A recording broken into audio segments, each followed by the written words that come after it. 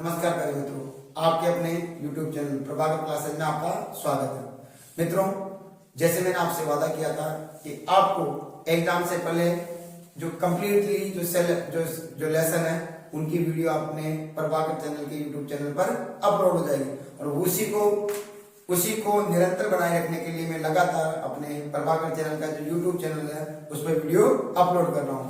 मित्रों, जैसे आप मेरे साथ जैसे ही अपने प्रभाकर चैनल के साथ में जो आप लोग स्नेह, प्रेम और व्यवहार दर्शाए बनाए रखे हैं, ऐसा का ऐसा लगातार बनाए रखना और बेटा लगातार वीडियो देखते रहना। और मैं गारंटी के साथ कह रहा हूँ, आप जो मेहनत और ईमानदारी के साथ पढ़ाई कर रहे हैं, एक दिन आपको परिणाम अच्छा प्राप्त होगा।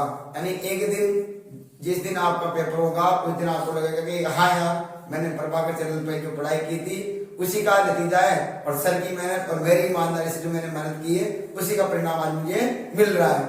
इसलिए बेटा अपना लगातार जो वीडियो है बिना स्किप किए लगातार देखते रहना। अब अपन आज पढ़ने जा रहे हैं बेटा, जो पार्ट नंबर कौन सा है? 11। कितने अंक का है? अंक है कितने बेटा? 7। कैसे डिवाइड करना है इसको? 3 भागों में। बोलो, वस्तुनिष्ठ, फिर रिक्त, फिर लघु, फिर निबंधात्मक। 3 भागों में डिवाइड करना है। वस्तुनिष्ठ का कितना है? 2 क्वेश्चन आएंगे, 1 नंबर का, एक नंबर का, तो 2 कितने हो गए? 2 नंबर के। रिक्त स्थान में आएगा 1 क्वेश्चन, 1 नंबर का, टोटल हो गया 1।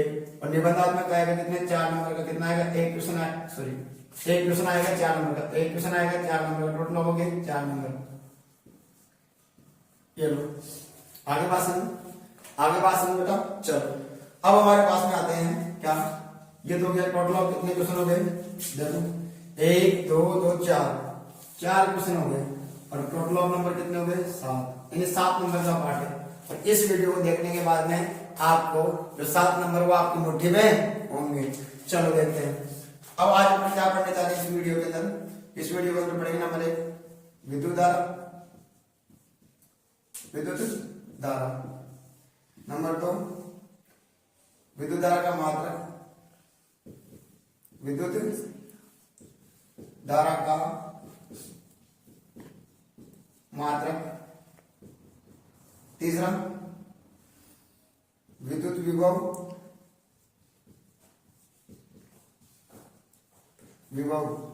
और विभवांतर। और चौथा पढ़ेंगे ओम का नियम।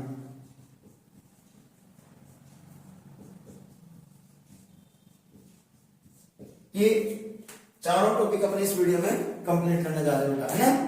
चलो चलते हैं। अब आता है नंबर 1। अब बेटा अपन पढ़ने जा रहे हैं विद्युत धारा। पॉइंट नंबर 1 था में विद्युत धारा। चलो विद्युत धारा, जैसे मान लेते हैं ये एक चालक तार है, ठीक है बेटा? ये चालक तार है ना? ये चालक तार है। अब बताओ चालक तार किसे बना है? परमाणु से। सबसे छोटी का परमाणु है ना चालक तार की? परमाणु में क्या होते हैं बताओ?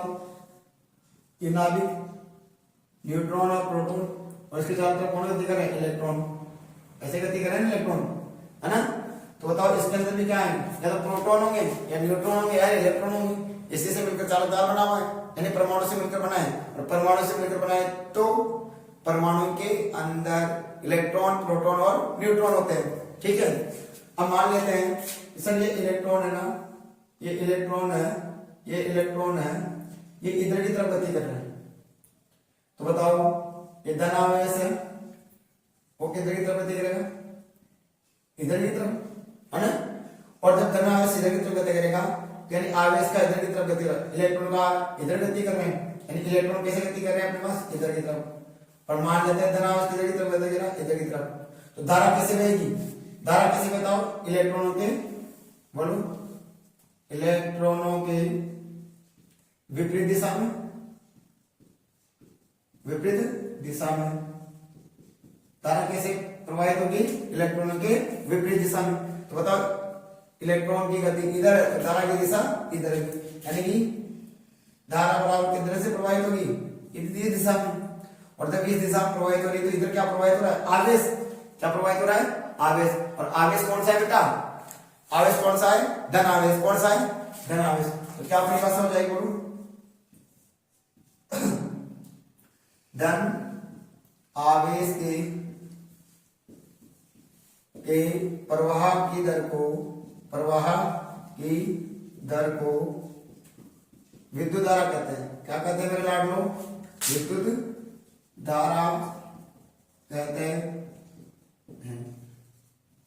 विद्युत धारा हो गया, चलो विद्युत धारा हो गया ना, चलिए मान लेते हैं, देखो यहाँ पर ऐसे कह सकते हैं आवेश की प्रवाह की दर को, आवेश के प्रवाह की दर को विद्युत धारा कहते हैं। चलो हो गया, या ये परिभाषा क्यों हो गई, ये परिभाषा लिख लो।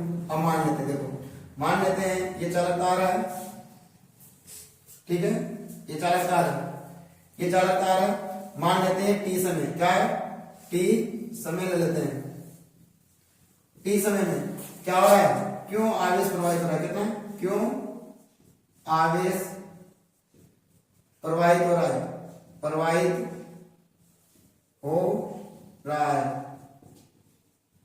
जब क्यों प्रवाहित हो रहा है, तो जो टी समय में क्यों आवेश प्रवाहित हो रहा है, तो धारा भी कितनी प्रवाह होगी, तो धारा कितनी होगी बेटा, धारा कितनी प्रवाहित होगी, मान लेते हैं आई, कितनी प्रवाहित होगी, आई, ठीक है ना भाई। पास समय कितना लिया, टी, आवेश का प्रवाह क्या हो रहा है, क्यों, तो टी समय में क्यों आवेश, टी समय में क्यों आवेश प्रवाहित हो रहा है, तो धारा कितनी हो जाएगी, तो धारा बराबर क्या होगा, देखो तो धारा बराबर क्या होगा, धारा बराबर क्या होगा बताओ, आवेश बटा समय, यानी धारा को किस दर्शाते हैं, आई से, और आवेश को क्या दर्शाते हैं, क्यू बटा समय क्या होगा, टी। तो आई बराबर क्या हो गया, आई बराबर क्या हो गया, ये आवेश का मात्रा क्या होता है, यहाँ लिख देता हूं, आवेश का मात्रक क्या होता है बेटा, आवेश का मात्रक होता है कूलाम, कूलाम, इसको किससे दर्शाते हैं, सी से। और टी समय, टी बराबर क्या है, समय, और समय का मात्रक क्या है, मात्रक क्या होता है बताओ, सेकंड, और सेकंड को किससे दर्शाते हैं, एस से। तो बताओ आवेश का मात्रक क्या हो गया, कूलाम, और समय का क्या हो गया, सेकंड, यानी एस, है ना। तो बताओ आई बराबर क्या हो गया, आई बराबर क्या हो गया, कूलाम प्रति सेकंड हो गया क्या, यानी आई बराबर हमारे पास में गया सी ऑब्लिक एस, है ना, या इसको ऐसे भी कर सकते हैं सी एस इनवर्स, एक इस प्रकार हो जाएगा। और बेटा जो ये मात्रक है ना, ये विद्युत धारा का मात्रक, एक वैज्ञानिक था, कहां का, फ्रांस का, कहां का था, फ्रांसीसी वैज्ञानिक, कौन था, फ्रांसीसी वैज्ञानिक। और फ्रांसीसी वैज्ञानिक कौन था, वैज्ञानिक कौन था, Andre Marie ampere, Andre Marie ampere. जिस आंद्रे मैरी एम्पियर के नाम के आधार पर, के नाम के आधार पर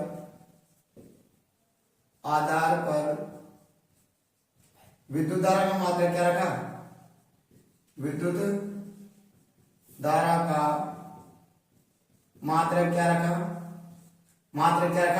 एम्पियर, क्या रखा, एम्पियर, क्या रखा बेटा, एम्पियर, क्या रखा, एम्पियर रखा। यानी कि इसको किससे दर्शाते हैं, ऐसे, किससे दर्शाते हैं, ऐसे, किससे दर्शाते हैं, ऐसे दर्शाते हैं। आई बात समझ में बेटा, चलो तो बताओ विद्युत धारा का मात्रक क्या हो गया, विद्युत धारा का मात्रक क्या होगा बेटा, बोलो, एम्पियर, यानी ऐसे एम्पियर होगा।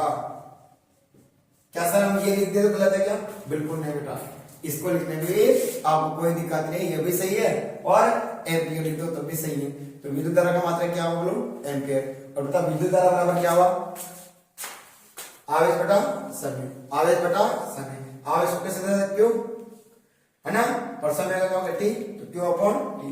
धारा को आई बराबर क्यू अपॉन टी। अब आवेश का मात्रक कूलाम सी और समय का सेकंड, तो आई बराबर क्या हो गया बेटा बोलो, कूलाम प्रति सेकंड। शॉर्ट में ऐसे लिख सकते हैं, और शॉर्ट पर तो इस प्रकार से लिखा जा सकता है। बोलो बात समझ में आ गई, चलिए अब बेटा अपन ने क्या है प्रश्न परिभाषा पूछा जा सकता है, एक एम्पियर, एक एम्पियर,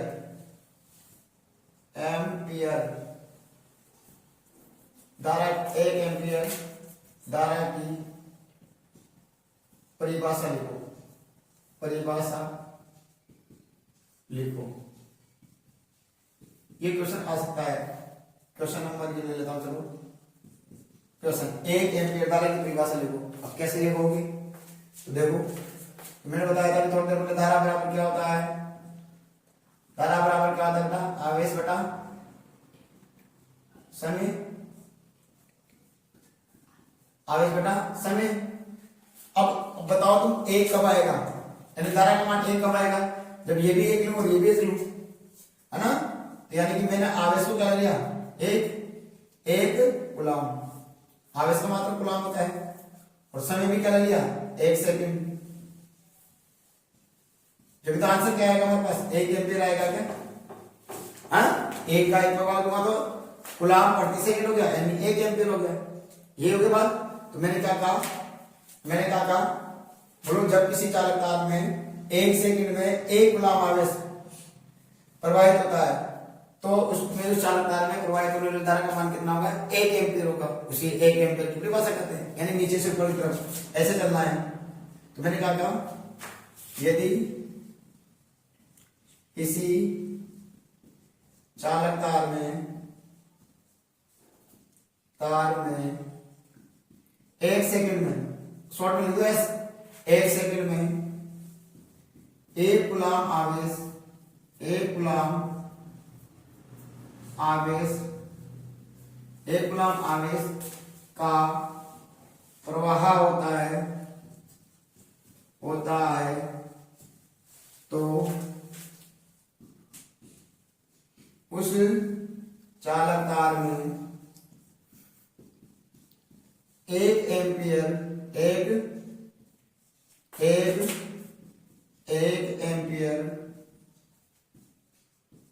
धारा प्रवाहित होगी,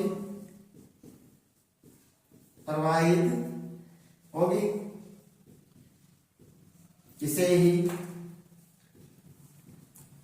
एम्पियर का नियम कहते हैं, इसे ही एक एम्पियर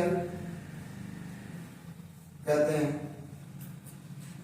बहुत आसान से परिभाषा लिखते हो भाई, एक किसी चालक तार में एक सेकंड में एक कूलाम आवेश प्रवाह होता है, तो उसमें उस चालक तार में कितनी धारा प्रवाहित होगी, एक एम्पियर धारा प्रवाहित होगी। उसे एक एम्पियर का नियम कहते हैं, एक एम्पियर कहते हैं।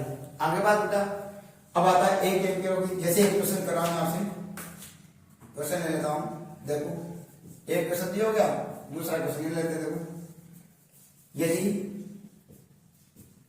किसी बल्ब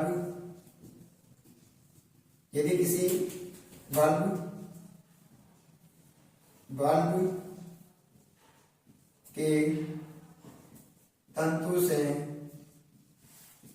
0.5 एम्पियर धारा प्रवाहित होने में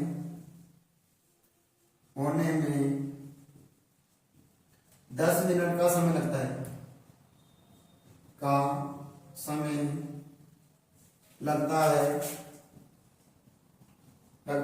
है, तो उस तंतु में प्रवाहित होने वाला कुल आवेश,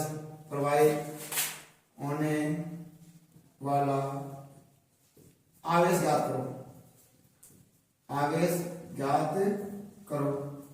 ये क्वेश्चन आ गया। तो देखो बोलो आई बराबर कितनी है, 0.5 एम्पियर। समय कितना है एस, कितना है बेटा 10 मिनट है ना। मिनट इसको सेकंड बदलने कैसे बना कर दो 60 से 600 सेकंड हो गया क्या है ना। तो बताओ आई बराबर क्या होता है, आई बराबर Q upon T, Q upon T. चलो क्यू अपॉन टी हो गया, देखो इधर तो आई बराबर क्या हो जाएगा क्यू, क्यू कितना है आवेश कितना हो रहा है, आवेश तो निकालना है, बताओ क्यू अपॉन टी बटा एक, इसको इससे इसको तो क्यू बराबर क्या हो जाएगा आई टी, क्यू बराबर आई टी हो जाएगा ना। पर इसको इससे गुणा, इसको इससे गुणा, तो बताओ तो क्यू बराबर कितना, आई का मान कितना है 0.5 इंटू टी कितना आ गया 600 सेकेंड, 600 तो क्यू बराबर कितना आ गया बताओ 6 बन जाएगा 30 और 1 और 2 जीरो की और 1 के बाद पॉइंट लगा दो कुलाम। तो कितना आवेश का प्रभाव होगा बोलो, आवेश बराबर कितना हो जाएगा बोलो बेटा 300 कुलाम।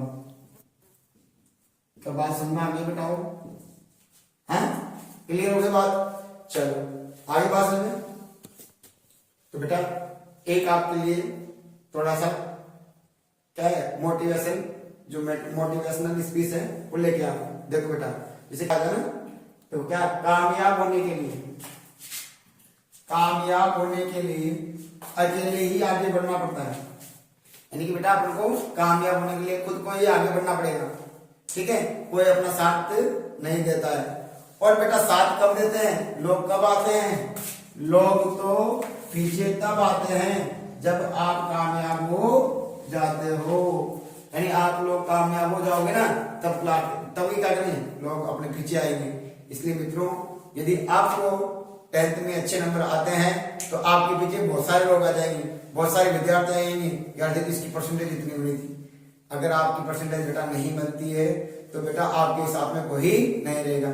इसलिए मित्रों लगातार बिना स्किप किए लगातार वीडियो देखते रहना, क्योंकि अपन को क्या है कामयाब होकर दिखाना है, ठीक है बेटा। चलिए अब बेटा पढ़ने विद्युत परिपथ, विद्युत परिपथ ये क्या होता है, विद्युत परिपथ होता है, देखो मैंने आपके लिए बना दिया ये एक छोटा सा डिब्बा, ये प्लस और ये माइनस, ठीक है। इसको आप ऐसे बना सकते हो, पहले प्लस फिर छोटा माइनस फिर बड़ा प्लस फिर छोटा माइनस फिर बड़ा प्लस फिर छोटा माइनस, ऐसे ये एक प्रकार की बैटरी है, क्या है जो जिसमें बड़ा वाला प्लस और छोटा वाला माइनस रहते हैं, इसे किस नाम जानते बोलो बैटरी, ठीक है ना। ऐसे मतलब से मैं चश्मा लगा रहा हूं मैं बैटरी, तुम बैटरी नहीं हो, ये वाली बैटरी, ठीक है। अब आ जाओ यहां पर अपन लगा देते हैं आगे, यहां लगा देते हैं क्या, ये इस प्रकार का होता है ना, ये बल्ब कहलाता है, क्या कहलाता है बल्ब, ठीक है। चलो ये बल्ब, फिर इसके बाद यहाँ एक कुंजी वो लगा दो छोटा सा, ये सब क्या कहते हैं स्विच, है ना। अभी चालू नहीं कर पाते करंट आ जाता है ना, चालू नहीं कर रहा हूं, अभी चालू करूंगा ना तो इस क्यों, क्योंकि मैं बना रहा हूं, मैं हाथ लगाऊंगा तो करंट आएगा ना, चलो इसलिए मैं इसको स्टार्ट नहीं कर रहा। अब यहां करते हैं क्या प्रतिरोध, प्रतिरोध हो क्या, यहां लगा दो एमीटर, मीटर, और इसको पूरा कर लेते हैं। तो देखो अब लगा देता हूं क्या, ये चालू कर देता हूं, दबा दिया बटन, जैसे ही दबा दिया तो बल्ब क्या होगा ग्लो करने लगेगा, जलने लगेगा। चलो ये प्रतिरोध है, इसको किसी दर्शाते हैं आर से, प्रतिरोध हो गया आर, बोलिए क्या हो गया बल्ब, ये क्या है कुंजी, ठीक है बेटा, ये कुंजी, ये क्या है मीटर, और ये बैटरी है, और ये पूरा पूरा क्या है जब इसमें धारा प्रवाहित हो रही तो चालक तार, चालक तार। अब क्या परिभाषा हुई देखो, किसी चालक तार, किसी चालक तार का ऐसा बंद संयोजन, पूरा बंद है क्या, किसी चालक तार का ऐसा बंद संयोजन जिसमें बैटरी कुंजी, बल्ब, प्रतिरोध और अमीटर सभी उपस्थित हो, है ना, तो ऐसा चालक तारों का संयोजन क्या कहलाता है? परिपथ कहलाता है। क्या कहलाता है बेटा? विद्युत परिपथ कहलाता है। तो क्या कहा? किसी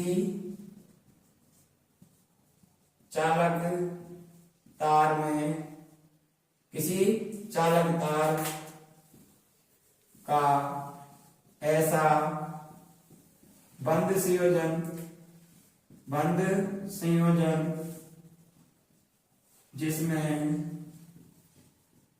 जिसमें क्या क्या बेटा? बैटरी कॉमा बल्ब कॉमा प्रतिरोध कॉमा कुंजी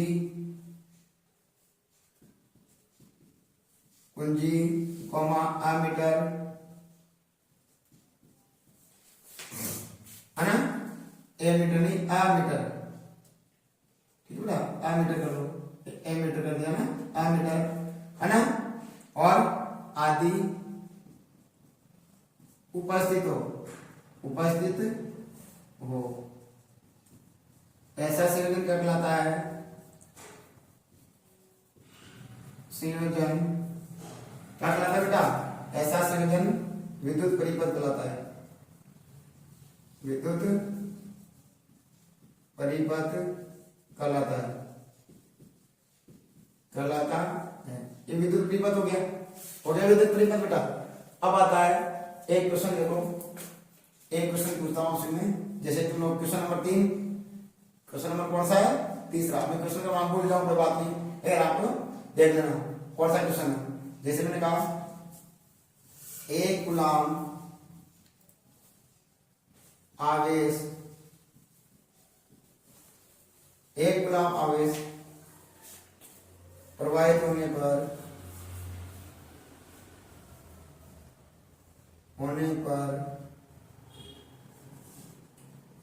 1 कूलाम आवेश को प्रवाहित होने के लिए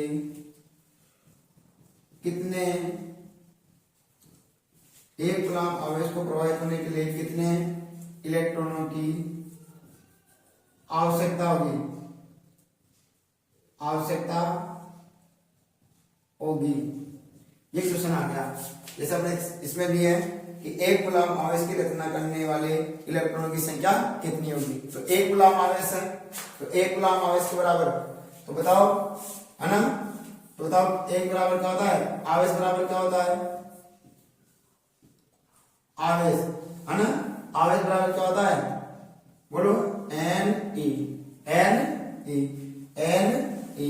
ठीक है? तो आवेश कितना है? 1 कूलाम, ठीक है? 1 कूलाम हो गया बराबर n क्या है?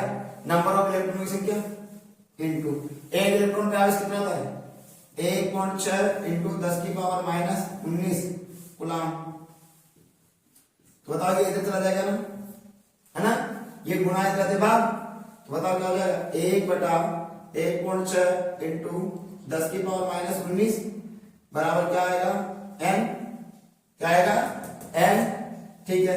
बताओ ये तो ऊपर चला जाएगा, तो बताओ कितना हो गया? 10 की पावर, यहाँ माइनस के ऊपर जाते प्लस की, बटा 1.6 बराबर क्या हो गया? n।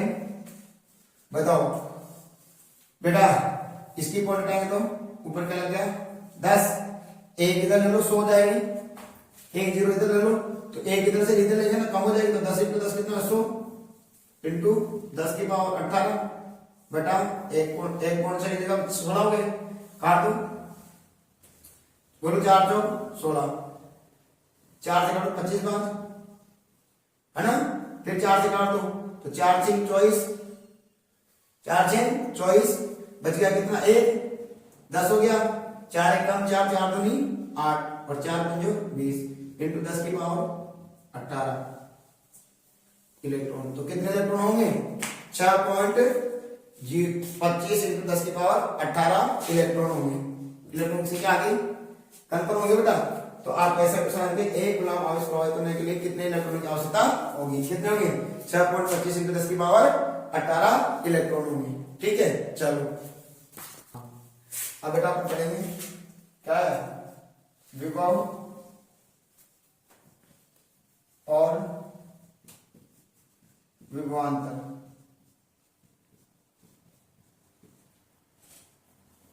विभव और विभवांतर, देखो तो मैंने क्या कहा, जैसे ये है ना, चलो ये क्या है, कोई विद्युत क्षेत्र है, विद्युत क्षेत्र, ठीक है, विद्युत क्षेत्र हो गया। अब माना कि यहां पर कोई क्या है, धनावेश है, यानी कि आवेश है, और ये कहां है, अनंत क्षेत्र, कहां है, अनंत बिंदु पर, कहां है, अनंत बिंदु पर। तो देखो क्या है, अनंत बिंदु पर, तो क्या कहेंगे, बोलो, एकांक धनावेश को अनंत बिंदु से विद्युत क्षेत्र के किसी बिंदु पर, विद्युत क्षेत्र के किसी भी बिंदु पर लाने में किया गया कार्य, लाने में किया गया कार्य क्या कहलाता है, विद्युत विभव कहलाता है। क्या कहलाता है, विद्युत विभव कहलाता है। तो क्या अपनी भाषा होगी, एकांक धन आवेश को, इसको कैसे, धनावेश है ना, धनावेश को अनंत बिंदु से विद्युत क्षेत्र के किसी बिंदु तक लाने में किया गया कार्य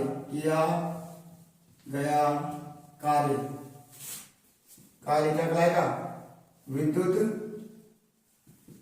विभव कहलाएगा, विभव कहलाता है। विद्युत विभव हो गया भाई, यहां से आप लेके आ रहे हो तो यहां से यहां तक लाने पर, फिर यहां से यहां तक, फिर यहां से यहां तक, फिर यहां से, यानी विद्युत क्षेत्र किसी बिंदु तक लाने में किया गया कार्य क्या कहलाता है। किसको लेके आ रहे हो, आवेश को, आवेश को किससे बढ़ाते हैं, Q से, है ना। तो बताओ यहां से यहां तक लेके आ रहे हो, क्या हो गया, W कार्य किया गया, फिर यहां से यहां तक लेना तो फिर W कार्य किया गया, फिर यहां से यहां तक लाने तो फिर W कार्य किया गया, फिर यहां से यहां तक लाने तो फिर W कार्य किया। जो विद्युत विभव है उसका संबंध किसी किससे हुआ, कार्य और आवेश से। तो बताओ विद्युत विभव बराबर क्या होता है, विद्युत विभव बराबर क्या होता है बेटा, बोलो, कार्य बटा आवेश, कार्य बटा आवेश, है ना। एकांक लाने के लिए क्या करना पड़ता है कि यहां से एक गुलाम आवेश प्रवाहित होने पर 1 जूल कार्य किया जाता है, तो उसका विद्युत विभव भी कितना होगा, बोलो, विद्युत विभव कितना होगा, 1 वोल्ट होगा। कितना होगा, 1 वोल्ट होगा। विद्युत विभव का मात्रक क्या होता है, वोल्ट, क्या होता है, वोल्ट होता है। तो बताओ क्या हो गया, तो यहां क्या, V बराबर क्या हो गया, W बटा Q, है ना, W बटा Q। तो बताओ इसका कार्य क्या है, कार्य, तो कार्य का मात्रक क्या होता है, का मात्रक क्या होता है, जूल, और आवेश का मात्रक क्या होता है, कूलम। तो बताओ क्या है, विद्युत विभव का मात्रक क्या हो गया, विद्युत विभव का मात्रक क्या हो गया, बोलो, जूल प्रति कूलम, जूल प्रति कूलम। और सामान्य भाषा में क्या कहते हैं, सामान्य भाषा में वोल्ट क्या कहते हैं, वोल्ट कहते हैं, है ना, और वोल्ट कहते हैं। तो इसका तो क्या होगा, V बराबर क्या होगा, W अपॉन Q, तो क्या हो जाएगा, V बराबर क्या होगा, वोल्ट मात्रक, है ना, क्या हो जाएगा, वोल्ट हो जाएगा। ठीक है बेटा, चलिए अब है बेटा विभवांतर, क्या पढ़ने जा रहे हैं, विभवांतर। देखो विभवांतर, अब देखो समझना ध्यान से, जैसे मैंने कहा ये एक अपना पृष्ठ है ना, ये अपना पृष्ठ कमरे का पृष्ठ है, छत मान लेते हैं, चलो छत है, ये छत है, ठीक है, इसमें कहते हैं छत, रूफ है ना, चलो ये रूफ है, छत है। अब माना कि अपन ने 2 टंकी रख दी इधर, एक टंकी यहां पर,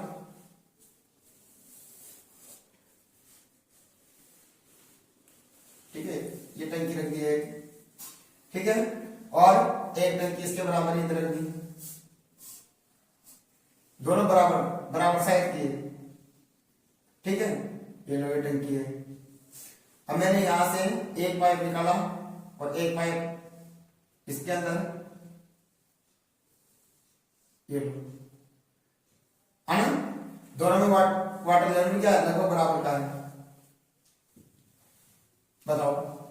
तो बताओ जब दोनों का वाटर लेवल बराबर है, जल की मात्रा बराबर है, तो बताओ जल किधर जाएगा, बताओ, या इधर जाएगा या इधर से इधर आएगा, हाँ, लेवल बराबर, पानी भी बराबर, और ऊपर से इसको, ऊपर से इसमें जोड़ देंगे पाइप के द्वारा।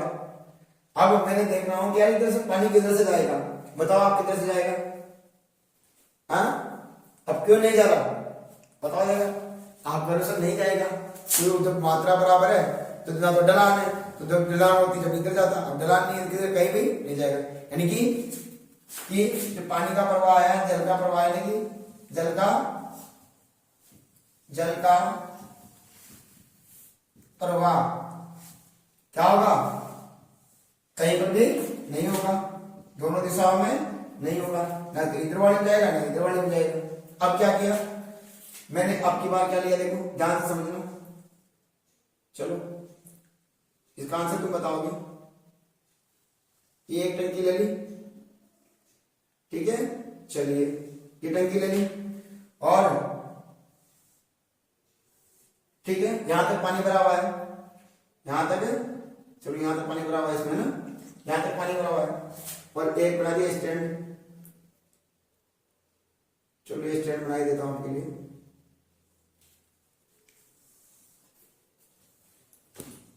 ये अपने इसके लिए स्टैंड, चलो ये स्टैंड बना दिया, इस स्टैंड पर अपन इसको रख दिया टंकी को, ठीक है। अब जैसे मैंने यहां से इसमें लगा रखा है नल, क्या लगा रखा है, ये लगा रखा है नल, ठीक है, ये नल लगा रखा है, ठीक है, और इसको ढक्कन से बंद कर रखा है, चलो ये ढक्कन से बंद कर दिया है ना।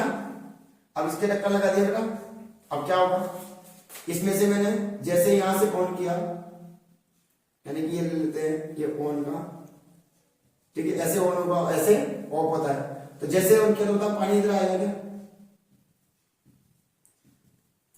अब मुझे बताइए पानी नीचे की तरफ क्यों गिर रहा है, पानी नीचे की तरफ क्यों गिर रहा है, बोलो, पानी नीचे की तरफ क्यों गिर रहा है, तो बताओ क्या कहोगे आप लोग, सर इसके ऊपर दाब जो लग रहा है वो दाब है, वो पृथ्वी के वायु दाब से क्या है बेटा, अधिक है, जब पृथ्वी के दाब से अधिक है तो बताओ जब दाब अधिक लगेगा तो पानी कहां जाएगा, कम दाब की तरफ जाएगा, यानी जो वायुमंडलीय दाब वो इस पे लगने वाले दाब की अपेक्षा कम है, इसका अर्थ पानी कहां जा रहा है, इधर की तरफ, और इसमें ए और बी दोनों का दाब बराबर था, ना तो इधर से लग रहा है ना इधर से लग रहा है, तो पानी की दोनों की दिशा बराबर थी, तो इसमें दाब इधर लग रहा है इसलिए पानी नीचे जा रहा है, यही है ना बात।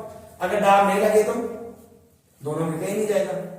ऐसे ही क्या होता है, जब विद्युत विभव होता है ना, माना कि चालक तार है, ये चालक तार है, ठीक है ना। अब इसमें क्या होगा, माना कि यहां पर ए और ये बी सी रहा है, ठीक है ना। अब यहां पर क्या हुआ, इस जगह पर क्या हुआ, विद्युत विभव की मात्रा क्या है, विद्युत विभव की मात्रा मान लेते क्या, V1, और यहां पर विद्युत विभव की मात्रा क्या मान लेते हैं, V2, क्या मान लेते हैं, V2। तो बताओ जब अपन यहां से उस तरफ लेके जा रहे हैं, यहां से उस तरफ लेके जा रहे हैं, बताओ यहां तो विद्युत विभव की मात्रा ज्यादा है और यहां पर कम है, तो बताओ जब विद्युत विभव की मात्रा यहाँ पर कम है और वहां पर ज्यादा है, सॉरी यहाँ पर ज्यादा है वहां पर, तो बताओ धारा विभव ऐसे प्रभाव होगा क्या? हाँ, विभव ऐसे प्रभाव होगा क्या? क्योंकि यहाँ पर मात्रा ज्यादा है, यहाँ पर मात्रा कम है।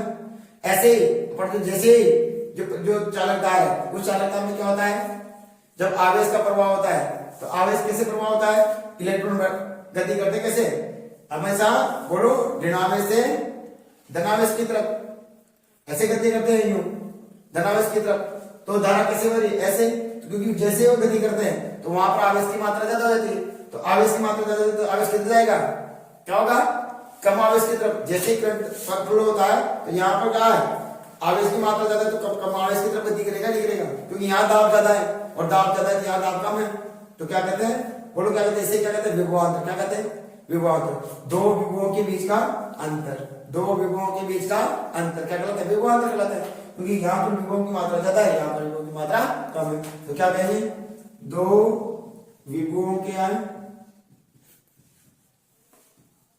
बीच का अंतर, अंतर क्या कहलाता है, विभवांतर कहलाता है, तर कहलाता है, कहलाता है। या आप ऐसे कह सकते हो, है ना, क्या होता है, किसी चालक तार में किसी एक सिरे से दूसरे सिरे पर विद्युत विभव को ले जाने में किए गए कार्यों का अंतर, एक सिरे से दूसरे सिरे पर विद्युत विभव को ले जाने पर किए गए कार्यों का अंतर क्या कहलाता है, विभवांतर कहलाता है। तुम इतना दो विभवों के बीच का अंतर, यानी कि अधिक विभव है तो अधिक विभव से कम विभव की तरफ जाएगा, तो दो विभवों के बीच का अंतर, और ये भी क्या कहता है, विभवांतर। और ये इसका भी सूत्र क्या हो जाएगा, कार्य बटा आवेश, क्योंकि विभव है, विभव है, तो बताओ विभवांतर भी बराबर भी क्या होगा, कार्य बटा आवेश ही होता है। बोलो बात समझ में आई, आगे बात बोलो, विभव कैसे प्रभाव होगा, अधिक विभव से कम विभव की तरफ प्रभावित होगा, ठीक है। चलो चलिए बेटा एक क्वेश्चन हो रहा है, देखो 12 वोल्ट विभवांतर है ना, के दो बिंदुओं के बीच कितना कूलाम आवेश है, 2 कूलाम आवेश, 2 कूलाम आवेश, यानी कि Q बराबर कितना है, 2 कूलाम, विभवांतर कितना है 12 वोल्ट, ठीक है ना। इधर कितना कार्य किया जाएगा, W याद करना, तो बताओ V बराबर क्या होता है, बहुत आसान सा, W बटा Q है ना। चलिए W कितना है ज्ञात करना है, V कितना दिया है 12, W तो ज्ञात करना है, Q कितना है 2 कूलम, इसको इससे इसको इससे, बोलो W इंटू 1 बराबर 12 इंटू 2, W बराबर 12 दूनी 24 जूल, कितना कार्य किया जाएगा 24 जूल, 24 जूल कार्य किया जाएगा। अब कुछ क्वेश्चन है बेटा, देखो मैं आपको और बता देता हूं, अभ्यास प्रश्न। उस युक्ति का नाम लिखिए जो किसी चालक के सिरों पर विभवांतर बनाए रखने में सहायता करती है। दोबारा फिर बोल रहा हूं, उस युक्ति का नाम लिखिए जो किसी चालक के सिरों पर विभवांतर को बनाए रखने का कार्य करती है। तो विभवांतर कौन बनाए रखती है, वोल्टमीटर। तो दो विभवों के बीच विभवांतर को बनाए रखने का कार्य कौन कर रही है बेटा, वोल्टमीटर कर रहा है। फिर ये कहने का क्या तात्पर्य है कि दो विभवों के बीच विभवांतर 1 वोल्ट है, 1 वोल्ट की परिभाषा दे दो, क्या है ये कहने का क्या तात्पर्य है कि दो विभवों के बीच कितना है, विभवांतर 1 वोल्ट है। तो देखो, तो विभवांतर कितना बता रहा है, विभवांतर बराबर 1 वोल्ट बता रहा है ना। तो इसकी परिभाषा दे दो, तो बताओ विभवांतर बराबर क्या होता है, विभवांतर बराबर होता है विभव के बराबर। तो क्या होता है, विभवांतर भी क्या होता है W बटा Q, है ना। तो बताओ, तो क्या ये भी 1 और ये भी, तो देखो 1 कूलम आवेश को प्रवाहित होने में क्या है 1 जूल कार्य किया जाता है, तो उसका विभवांतर कितना होगा 1 वोल्ट होगा। तो क्या कहा, 1 कूलम आवेश को प्रवाहित होने में 1 जूल कार्य किया जाता है, 1 जूल कार्य किया जाता है तो उस चालक तार में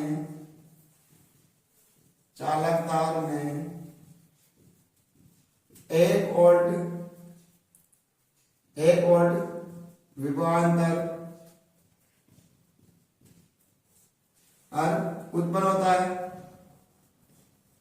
उत्पन्न होता है जिसे 1 वोल्ट का नियम भी कहते हैं। जिसे क्या कहते हैं बेटा? जिसे 1 वोल्ट का नियम भी कहते हैं। ये 1 वोल्ट का नियम हो गया। आगे पास में चलो अब पढ़ने जा रहे हैं जो वेरी वेरी इंपॉर्टेंट क्वेश्चन है, ओम का नियम, जॉर्ज साइमन ओम का नियम। चलो देखते हैं। अब बेटा अब आता है ओम का नियम। चलो जिंदगी में कभी नहीं भूलोगे तुमको, भूल के दिखाना ओम का नियम। ओम का नियम देखो, मैंने लिया एक परिपथ, क्या लिया? एक परिपथ लिया, ये प्लस और ये माइनस, ठीक है। और यहां ले लिया परिपथ। चलिए बोले यहां पे क्या लगा दिया? बल्ब। यहां पे क्या लगा दिया? प्रतिरोध। चलो लगा दिया। और यहां पर अपन लगा देते हैं कुंजी, कुंजी लगा दिया, ठीक है, कुंजी लगा दिया। अब कुंजी लगाकर क्या किया? यहां पर आमीटर ले लेते हैं। चलो ले लिया गया। बोलो इधर का क्या आएगा? प्लस और माइनस, ठीक है। और ये बल्ब ग्लो कर रहा है, कुंजी चालू कर दिया गया, ठीक है, ये मान लेते हैं, ठीक है। अब मैंने क्या किया? देखो मैंने क्या लिया? क्रम संख्या, ठीक है, ठीक है। एमीटर क्या कहते हैं? विद्युत धारा। तो माना कि यहां पर लेते हैं और इसमें क्या लगाते हैं? बैटरी।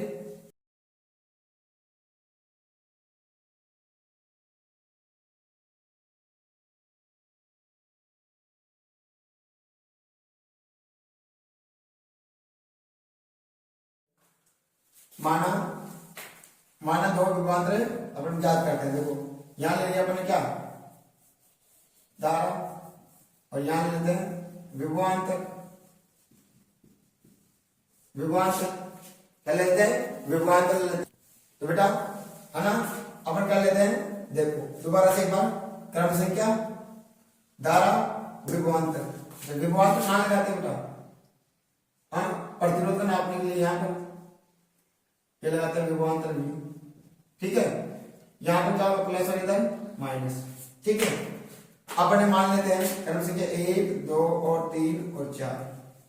माना कि मैंने 0.2 एम्पियर धारा क्या थी? एम्पियर, 2 एम्पियर की धारा प्रोवाइड की, फिर 4 एम्पियर की, 6 एम्पियर की, 8 एम्पियर धारा प्रोवाइड की इस परिपथ के अंदर। तो मुझे कितना विभवांतर प्राप्त होता है? दो विभवों के बीच का अंतर कितना प्राप्त हो रहा है? देखते हैं। यहां पर आता है बेटा 4, 0.4 लेते, 0.8, 0.12 और 0.16। ये विभवांतर मुझे प्राप्त होता है, ठीक है, ये विभवांतर मुझे प्राप्त होता है। ऐसा किसने कहा? मैंने नहीं, ओम, जॉर्ज साइमन ओम ने ऐसा कहा, ठीक है। उन्होंने क्या किया? एक परिपथ लिया और नाइट्रोन के तार से क्या है? दोनों विभवों के बीच का जो विभवांतर ज्ञात करने के लिए वोल्टमीटर लगा दिया, ठीक है।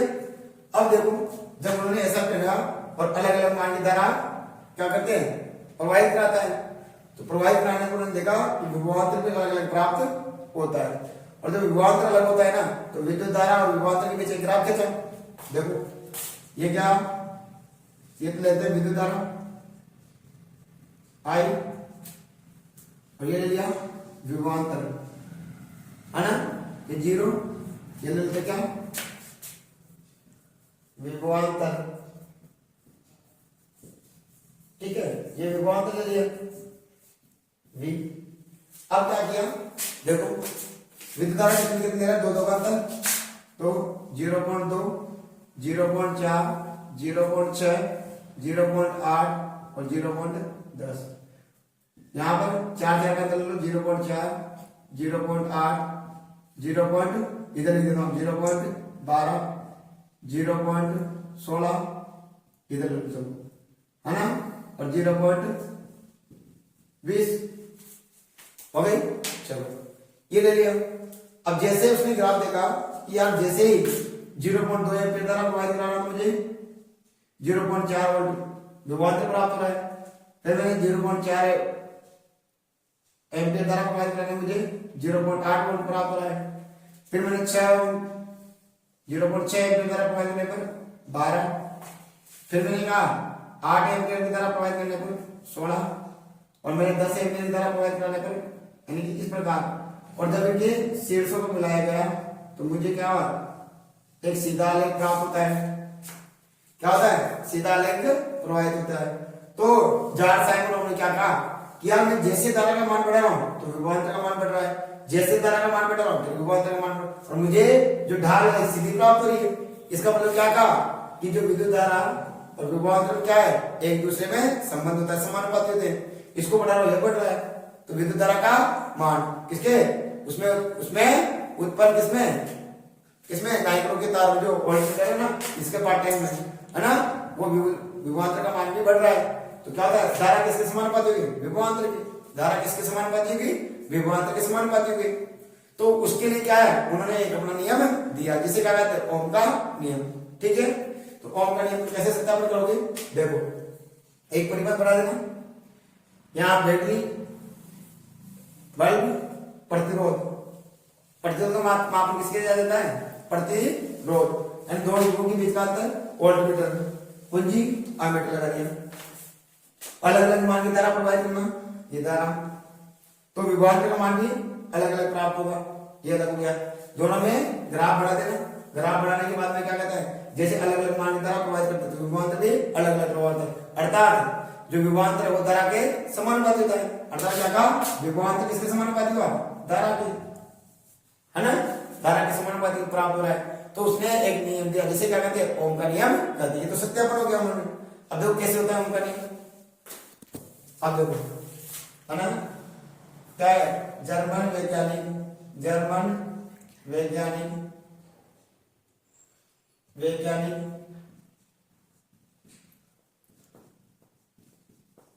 जॉर्ज साइमन ओम ने बेटा इंपोर्टेंट है, स्टार मार्क लगा लो, ये लो। जर्मन वैज्ञानिक जॉर्ज साइमन ओम ने 1827 ईस्वी में किसके बीच में, विद्युत धारा और विभवांतर, विद्युत धारा और विभवांतर के बीच संबंध स्थापित किया। क्या क्या बेटा, संबंध स्थापित किया। इनके अनुसार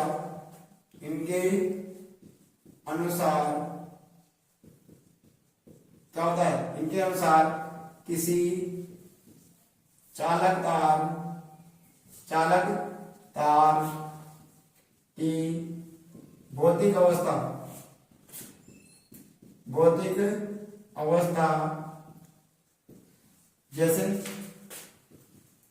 जैसे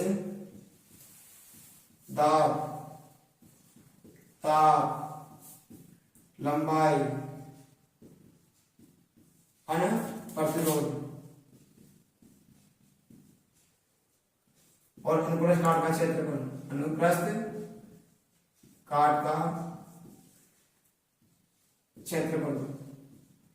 तो यानी जैसे भौतिक अवस्था तो समान रहे, भौतिक अवस्था समान रहे। यदि इस चालक तार में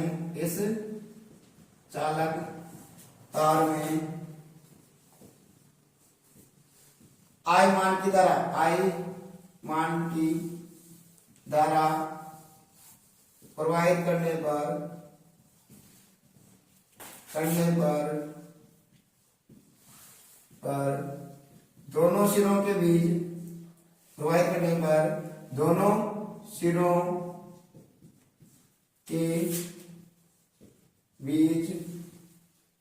के बीच है ना उत्पन्न विभवांतर धारा के समानुपाती होता है, धारा के समानुपाती होता है, पाती होता है। किसके समानुपाती होता है? धारा के समानुपाती हुआ। उत्पन्न विभवांतर किसके समानुपाती हुआ? धारा के। तो बराबर V समानुपाती क्या हो गया? I। क्या ले लिया? I। इस समानुपाती हटाने के लिए क्या करना पड़ेगा? R एक प्रतिरोध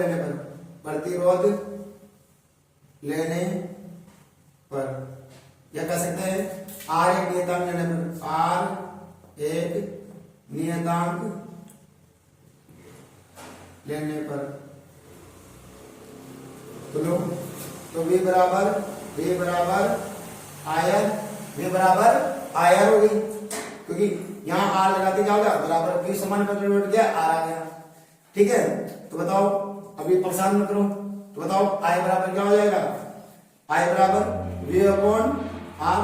तो I बराबर क्या हो जाएगा? V upon R। और ये हो गया, और R बराबर क्या होगा? इधर आ जाएगा, तो V अपॉन I। तो कितनी समीकरण हो गई? 1, 2 और 3। और ये तीनों समीकरण क्या कहलाती है? ओम के नियम की समीकरण। तो समीकरण 1, 2 व 3 ओम के नियम की समीकरण कहलाती है।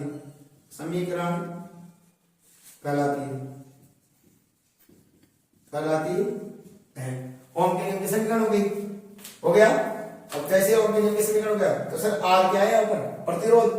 आर क्या है? प्रतिरोध। तो यहां लिख देता हूं, आर बराबर क्या है? एक प्रतिरोध है। प्रतिरोध क्या होता है? धारा के मार्ग में आई रुकावट या बाधा। क्या कहेंगे? बोलो, धारा के मार्ग में आई रुकावट या बाधा प्रतिरोध कहलाती है। क्या कहलाती बेटा? प्रतिरोध कहलाती है। इसका मात्रक क्या होता है? इसका मात्रक ये ओम के नियम क्या था? किसके आ रहा? ओम को सम्मान देने के लिए, जार साइमन ओम को सम्मान देने के लिए क्या रख दिया? ओम।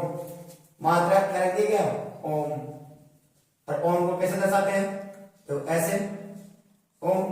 तो ओम किसका मात्रक हुआ? आर का, प्रतिरोध का। तो प्रतिरोध का मात्रक क्या हुआ? ओम। एक बार फिर कराऊं दोबारा। ओम का नियम कहता है, जर्मन वैज्ञानिक जार साइमन ओम ने 1827 ईस्वी में विद्युत धारा और विभवांतर के बीच में एक संबंध स्थापित किया। इनके अनुसार किसी चालक तार की भौतिक अवस्था जैसे दाब, लंबाई, प्रतिरोध, अनुप्रस्थ का क्षेत्रफल तो समान रहे यदि चालक तार में I मान की धारा प्रवाहित करने पर दोनों सिरों के बीच उत्पन्न विभवांतर धारा के समानुपाती होता है। उत्पन्न विभवांतर धारा के समानुपाती होता है, यानी V समानुपाती हो गया I। अगर आप ऐसा लिखना चाहो तो ऐसे लिख लो। तो R क्या लेने पर? R एक नियतांक लेने पर। तो R एक नियतांक ले लो। तो मतलब नियतांक कैसे रहते ना, तो समानुपाती हट जाता है, ये हट जाएगा। तो V बराबर IR। इसको अपन क्या निकालना है? यहाँ से I। तो ये R इधर है, तो V बटा R बराबर I। तो I बराबर V बटा R हो गया। दूसरा मुझे क्या निकालना है? I है ना, R निकालना है, तो I इधर चला जाएगा, तो क्या हो जाएगा? V बटा I बराबर R। तो V बटा I बराबर R। 1, 2 और 3 समीकरण कहलाती है ओम के नियम की समीकरण कहलाती है। बेटा इसको तो याद करना ही करना है, इसके बगैर समांतर जो प्रतिरोधों का संयोजन है ना, वो भी नहीं आएगा। बोलो बात आ गई। यानी सिंपल सी बात है, किसी चालक तार में बोलो धारा प्रवाहित करने पर उनके सिरों के बीच उत्पन्न विभवांतर धारा के समानुपाती होता है, इसे ओम का नियम कहते हैं। बस सिंपल सी परिभाषा है। आगे बात समझे बेटा, यदि आपको समझ में आई हो तो अपनी मेहनत और ईमानदारी के साथ लगातार प्रभाकर चैनल पर बने रहिए। और यदि आपको बेटा मुझे कुछ देना चाहते हैं इसको प्लस में, तो एक आपकी तरफ से और एक मेरी तरफ से 2 सब्सक्राइबर होना चाहिए पक्का। तो मैं मान लूंगा कि मेरा जो मेहनत है वो मेहनत का फल मुझे मिल चुका है। और बेटा ऐसे ही अपना प्रेम व्यवहार और बनाए रखना बेटा। धन्यवाद, थैंक यू।